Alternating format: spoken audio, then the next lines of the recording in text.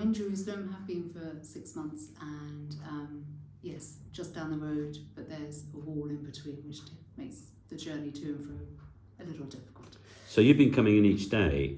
I have, and it's Ramadan, with the second week of Ramadan, so that makes it a little trickier. What sort of background, religiously speaking? So sort of non-conformist, low church, house church background, but learning as much as I can about other traditions. So whilst I'm here, engaging in the Orthodox, the Catholic, Emmanuel Monastery, which is where we are now. I've muscled in on this class because I did an icon course with Sister Marta at Christmas. So this is my second one, well actually, almost third one. So this is a spiritual journey? This is always a spiritual journey, yes. But it's a visual, tactile, enjoyable, painful, challenging journey. Could you share a little bit about the rhythm, the spiritual rhythm of the place, and how that affects you, how it affects the painting?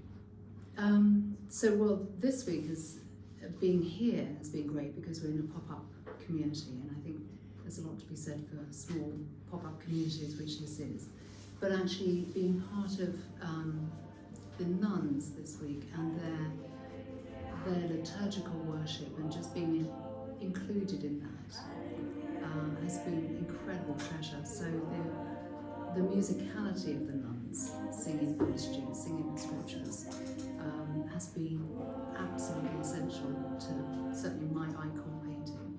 So I found it a very spiritual experience, both hourly and visually, and having to face one's own limitations, having some joy in the process, having some emotion in the process, some revelation in the process. It's been a rich experience. Could you show us the image that you've been painting? Well, because it's only my third icon, I didn't want to be too ambitious, focusing on the face of the dying Christ. I think he's dying rather than dead.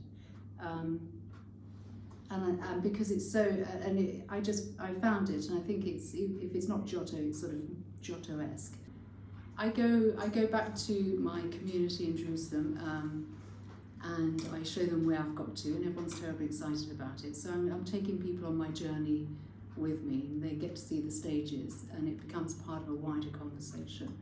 And also you become terribly connected to it. So for this process, whilst you're in it, and then you need the distance as well. So it has a life of its own.